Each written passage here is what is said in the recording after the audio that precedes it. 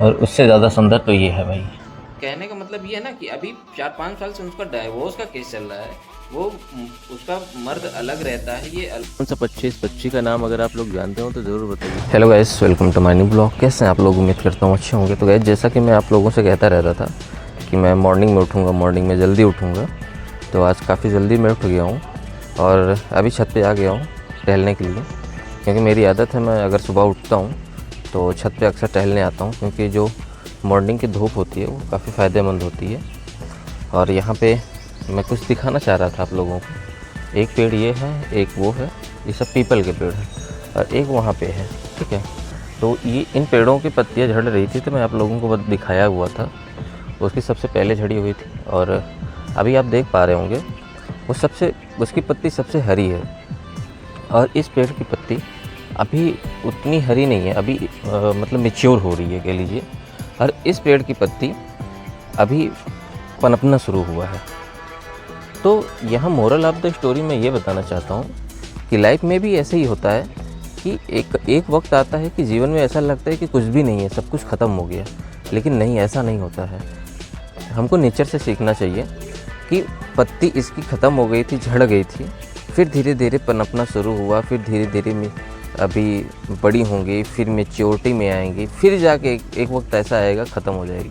तो ये जो नेचर सिखाती है ना कि समय बहुत बलवान है, समय के साथ हमको चलना चाहिए और हमको घमंड नहीं करना चाहिए। तो इन पेड़ों से सीखने को मिलता है और नेचर से सीखने को मिलता है।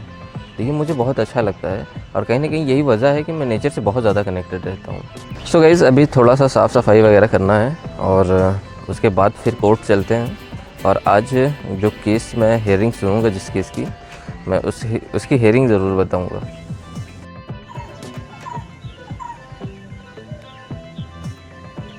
गाइस, अभी यहाँ पे एक पक्षी बोल रहा था, उसकी आवाज़ आप सुने होंगे।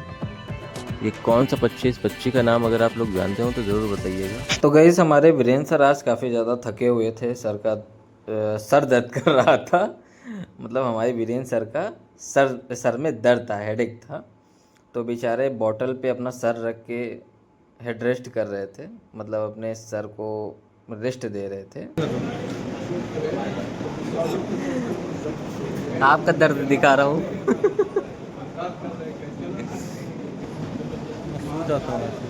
हाँ,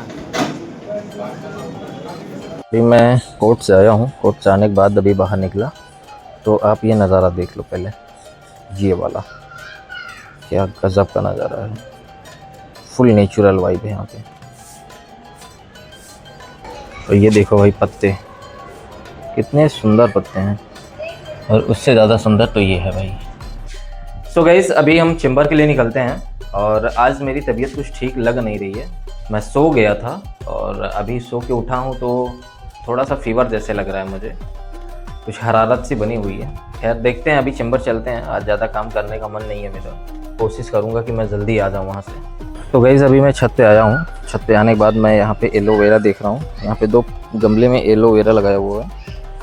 तो ये एलोवेरा काफ़ी सूख गया, काफ़ी टाइम से पानी नहीं पाया, क्योंकि मैं यहाँ पे बहुत कम ही रहता हूँ घर पे।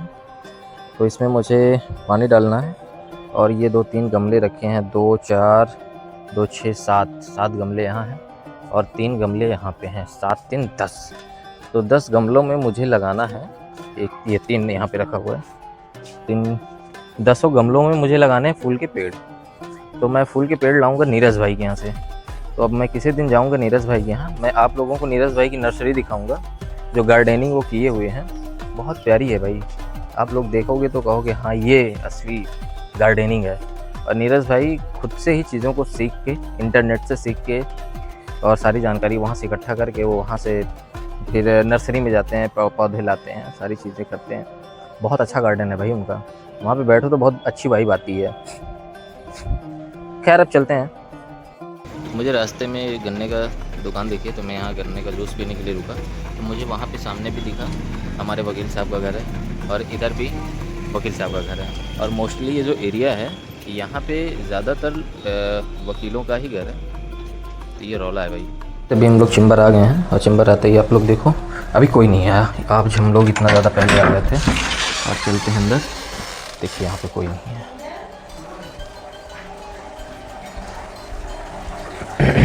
इधर देखो भाई, मछलियाँ तैर रही हैं। ये बहुत खूबसूरत लगता है। इसमें कुछ मछलियाँ थी जो मांसाहारी थी, मछलियों को खा जाती थी, छोटी वालियों को, तो उनको अलग कर दिया गया है। वो मछलियाँ इधर हैं इस वाले पॉड में। ये देखो, ये मांसाहारी हैं।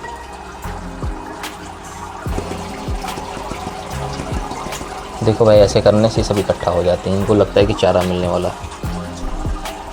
आप लोग देख सकते हो यहाँ इतनी ढेर सारी फाइल्स हैं, इतनी ढेर सारी फाइल हैं। सर के पास केसेस बहुत आते रहते हैं, बहुत सारे केसेस आते रहते हैं। और यहाँ पे जो फाइल्स रखी हुई हैं इनको दाखिल करना है। तो इसमें से एक कोमल यादव की फ़ाइल है ये, तो इसको हमको कंप्लीट करना है आज। तो इसको लेते हैं और आज इसको कंप्लीट करते हैं।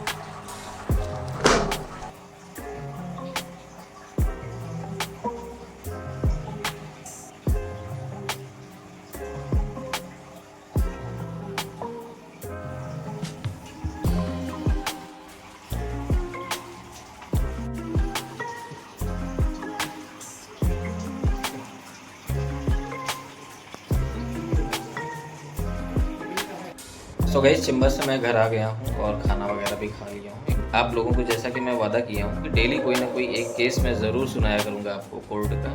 तो कोर्ट का तो नहीं, आज मेरे पास एक स्टोरी है अपने उत्तर प्रदेश की है। और मोस्टली जो केसेस आते हैं वो उत्तर प्रदेश के ही होते हैं। तो वो केस ये है, बहुत शॉर्ट में मैं पूरी कहानी बताने वाला हूँ आप लोगों को। केस ये है कि 32 साल की महिला है और पुरुष की एज उसमें नहीं थी, तो बहुत ज़्यादा रही होगी, 35 साल 36 साल पुरुष की एज, उसके पति की एज।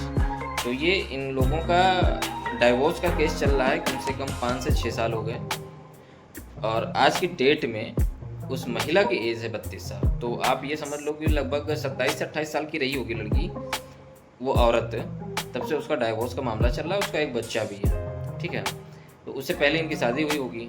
तो ये कहने का मतलब ये है ना कि अभी 4-5 साल से उसका डाइवोर्स का केस चल रहा है। वो उसका मर्द अलग रहता है, ये अलग रहती है, बच्चे को लेके अलग का मतलब अपने मायके में रहती है। तो वो बच्चे का पालन पोषण जो है वो कैसे हो पाता होगा, और समाज में वो चीज़ें क्या देखता होगा, क्या समझता होगा, और उसको ही नहीं, उसकी माँ को लोग किस नज़रिए से देखते होंगे। आप लोग देखते होंगे अपने इर्द गिर्द भी कि जिस महिला का घर टूटा हुआ है, जिस लड़की का घर टूटा है, तो लोग किस नज़रिए से देखते हैं उसको, क्या क्या बातें बनाते हैं। तो ये चीज़। और दूसरी चीज़ कि अगर ऐसी चीज़ें करनी ही थी तो इन लोगों को खुद में ही सब कुछ फाइनल कर लेना चाहिए था कि ठीक है, हमको तुम्हारे साथ नहीं रहना है, बात ख़त्म करो, दूसरी शादी करनी है तुमको या हमको। तो लोगों को आपस में ही फैसला कर लेना चाहिए। अब केस चल रहा है 4-5 साल का डाइवोर्स का है। अब मेंटेनेंस उसको मिलता है मुश्किल से 5,000 रुपये मंथली। तो एक बच्चे का खर्च और खुद का खर्च 5,000 में क्या हो पाता है आज के समय में। तो ये चीज़ें नहीं हो पाती है, तो इसीलिए कहीं ना कहीं घर बर्बाद हो जाते हैं। दूसरी चीज़, फिर क्या जीवन है इनका। आप लोग खुद सोचो कि मर्द कहीं और है, महिला कहीं और है, तो क्या जीवन है इन लोगों का। तो इसीलिए कहीं ना कहीं आज का जो दौर चल रहा है ना, लोग इन सब चीज़ों से भी डरे हुए हैं कि वो लड़की मेंटेनेंस मांग रही है, कुछ ज़्यादा ही मेंटेनेंस मांग रही है। तो कहीं ना कहीं अब पूरी स्टोरी तो मैं अभी पढ़ा नहीं हूँ, मैं कल पढ़ूंगा तो बता। अब मुझे ये नहीं पता कि महिला की गलती है या पुरुष की गलती है, लेकिन मैं कहीं ना कहीं ये चीज़ जानता हूँ कि आपस में समझौता नहीं कर पा रहे हैं, कन्विंस नहीं हो पा रहे हैं एक दूसरे से। तो शांति से एक दूसरे को छोड़ दें। डाइवोर्स करना है, आपस में चीज़ें कर लें, कोर्ट कचहरी तक बात ना जाए। नहीं तो अब उसमें सबसे ज़्यादा बर्बादी होती है बच्चे की। माँ बाप तो घिस पिट रहे हैं, लेकिन उसमें घिस पिट रहा है बच्चा भी। बच्चा कहीं माँ बाप से ज़्यादा घिस पिट रहा है। तो ये चीज़ें नहीं होनी चाहिए। अगर आप लोग किसी के साथ भी ऐसा है तो आप लोग कृपया करके कोर्ट ना आएँ, आपस में ही समझौता कर लें। अगर कोर्ट आना है तो आप हमारे पास आइए, हम जल्दी समझौता करवा देंगे। खैर, ये मजाक की बात है। कोशिश ये करिए कि ये चीज़ें ना हो, जीवन में कला ना हो। कहने का मतलब है कि कला ना हो जीवन में।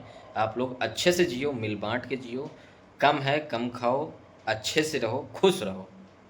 तो गाइस, आज का वीडियो यहीं पे ख़त्म करते हैं। वीडियो अच्छी लगी है तो लाइक करें, सब्सक्राइब करें। मिलते हैं अगले वीडियो में। Bye bye.